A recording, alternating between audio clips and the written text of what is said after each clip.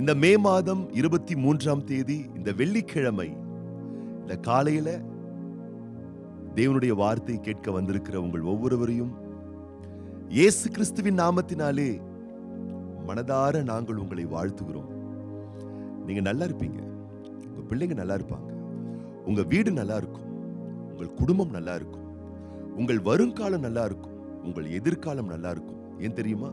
ஒரு நல்ல ஆண்டவரை நீங்க நம்புறீங்க, ஒரு நல்ல ஆண்டவருடைய வாக்கை நீங்க நம்புறீங்க, ஒரு நல்ல தேவனை நீங்க சேவிக்கிறதுனால இந்த நல்ல தேவன் உங்க வாழ்க்கையை என்னைக்குமே நல்லா வச்சு பாருங்க.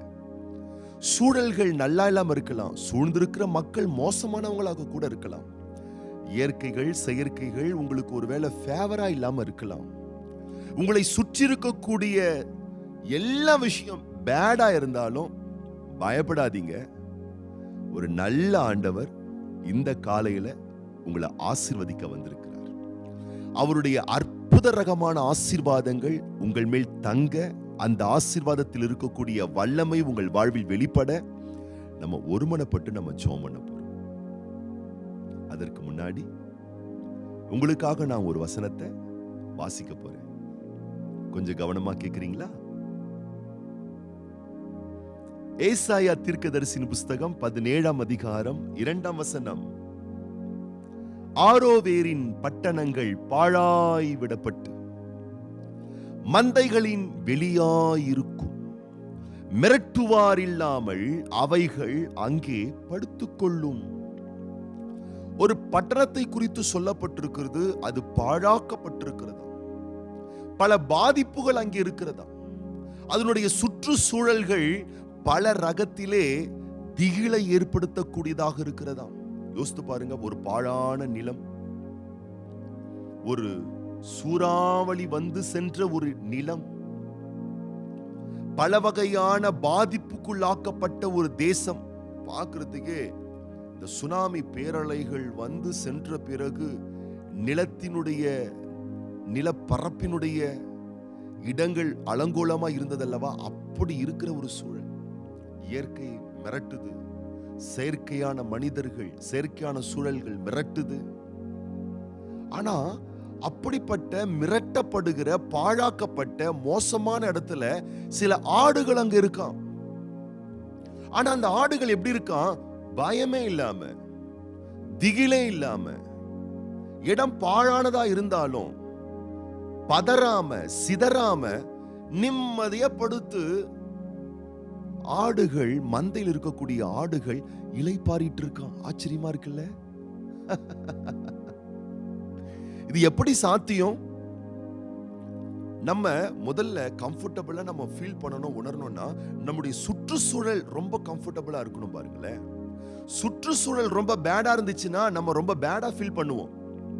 ஆனா சுற்றுச்சூழல் ரொம்ப மோசமா இருக்கான், ஆனா இந்த ஆடுகள் கம்ஃபர்ட் ஜோன்ல கம்ஃபர்ட்டா இருக்கான். எப்படின்னா இந்த ஆடுகளுக்கு அந்த இடத்துல ஒரு மேய்ப்பன் இருக்கிறார். சில விலங்குகள், பிராணிகள், மிருகங்கள் கூட்டம் சேர்ந்தா, ஒரு பெரிய கூட்டத்தில் இருந்தா தெம்பா இருக்கும். ஆனா இந்த ஆடுகள் ஒரு பெரும் கூட்டத்தில் இருந்தாலும் கூட்டத்தின் நிமித்தம் அதுங்க தெம்பா இல்ல. அந்த கூட்டத்தை நடத்தக்கூடிய ஒரு நல்ல மேய்ப்பன் அங்க இருக்கிறாரு.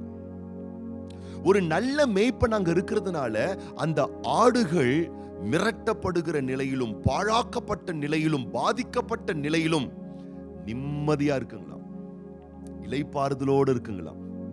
இன்னைக்கும் ஒரு வேளை உங்க சுற்றுச்சூழல் ரொம்ப பேடா இருக்கா, உங்க டிராவல்ல, உங்க வேலை ஸ்தலத்துல, உங்களுடைய பிசினஸ்ல நீங்க எதிர்பார்த்தது போல் காரியங்கள் நடத்தப்படாததுனால, விரும்புகிற மாதிரி காரியங்கள் அமையாததுனால மனதுல பல குழப்பத்தோட, இருதயத்துல சில வலி வருத்தத்தோட, எண்ணங்களை சில அழுத்தத்தோட இன்னைக்கு நீங்க காணப்பட்டிருக்கீங்கன்னு சொன்னா பயப்படாதீங்க.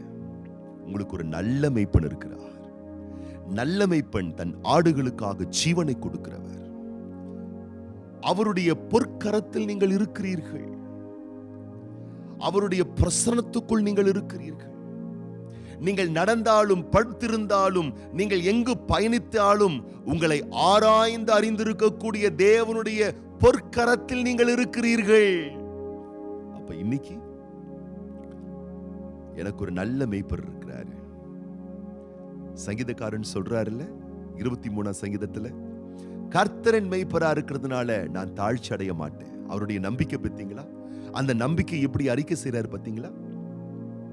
இன்னைக்கு உங்க வேலையில் இருக்கக்கூடிய பாதிப்பை அதை பிரதானமா நினைச்சு, வேலை ரொம்ப மோசமா போகுது, நானும் மோசமா போயிடுவோம் போல இருக்கு. ஃபேமிலி ரொம்ப மோசமா போகுது, நானும் ரொம்ப மோசமா போயிடுவோம் போல இருக்கு.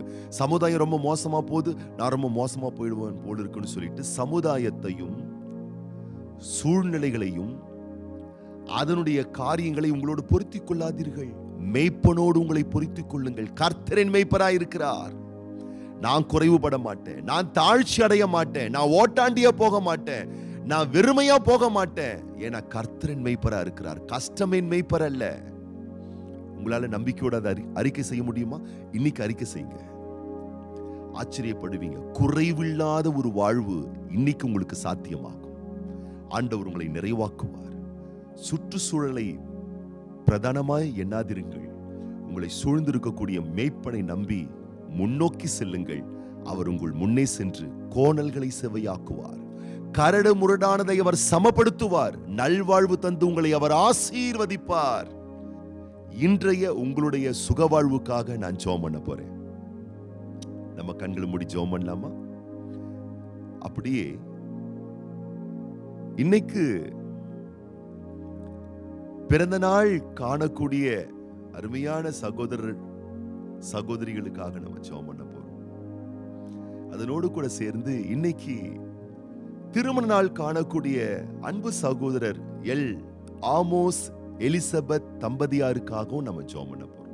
பரலோக தகப்பனே, இந்த மே மாதம் 23ஆம் தேதி வெள்ளிக்கிழமை காலையில அடியேனோடு சேர்ந்து ஜெபிக்கக்கூடிய ஒவ்வொரு சகோதரர்களுக்காக சகோதரிகளுக்காக நான் ஜெபிக்கின்றேன். அப்பா, வாழ்க்கையில சுற்றுச்சூழல் சரியில்லை, என் ஃபேமிலி சரியில்லை, என் கூட இருக்கவங்க சரியில்லை, என் கம்பெனி சரியில்லை, என் பள்ளிக்கூடம் சரியில்லை, என் கல்லூரி சரியில்லைன்னு சொல்லி சரியில்லாத இடத்துல நான் இருக்கிறேனே, என்னால் எப்படி பெட்டரா வாழ முடியும் என்ற ஒரு அச்ச நிலவரத்தோடு வாழுகிற பிள்ளைகளை கண்ணோக்கி பார்ப்பீராக.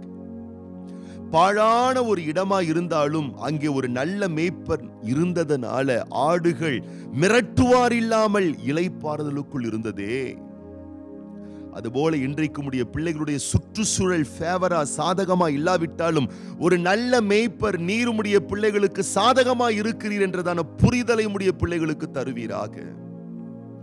சுற்றுச்சூழலை பார்க்காமல் விசுவாசத்தை துவக்குகிறவரும் முடிக்கிறவருமாய் இருக்கக்கூடிய இயேசுவை நோக்கி, ஆண்டவரே உம்முடைய வார்த்தையை நோக்கி உம்முடைய பிள்ளைகள் கவனம் செலுத்தி பயணிக்க இன்றைக்கு உம்முடைய பிள்ளைகளுக்கு வேண்டிய பெரிய கிருபை தருவீராக. கர்த்தரின் மெய்ப்பராய் இருக்கிறார், நான் தாழ்ச்சி அடைவதில்லை என்ற வெற்றி அறிக்கைகளை உம்முடைய பிள்ளைகள் இன்றைக்கு முழக்கமிடட்டும். குறைவே இல்லாத நிறைவுக்குள்ளாக நீர் உம்முடைய பிள்ளைகளை வழிநடத்துவீராக. இன்றையும் நாளில் உம்முடைய பிள்ளைகளுடைய எல்லா ரகமான தேவைகளை சந்திப்பீராக. குறைவுகளற்ற நிறைவுகள் பெற்று வர்த்திக்க செய்து வாழ்ந்திருக்க பண்ணுவீராக. நன்மையும் கிருபையும் உடைய பிள்ளைகளை பின்தொடரும்படி கர்த்தர் செய்வீராக. இந்த நாளில் பிறந்த நாட்களை, திருமண ஆண்டுகளை காண்கின்ற ஒவ்வொரு தேவ பிள்ளைகளுக்காக நாங்கள் ஜெபிக்கிறோம். தேவனே, நாட்களை விசேஷமாய் எண்ணுகிற முது பிள்ளைகளுடைய வாழ்க்கையிலே விசேஷித்த ஆசீர்வாதங்களை தந்து, இதுபோல இன்னும் அநேக ஆசீர்வாதமான ஆண்டுகளையும் நீருமுடைய பிள்ளைகளுக்கு தந்து கனப்படுத்தி ஆசீர்வதித்து உயர்த்த வேண்டுமென இயேசு கிறிஸ்துவின் நாமத்தினாலே ஜெபிக்கிறோம் எங்கள் நல்ல பிதாவே, ஆமென். இன்னைக்கு நீங்க ரொம்ப நல்லா இருப்பீங்க. நாளை காலை மீண்டும் நாம் சந்திப்போம்.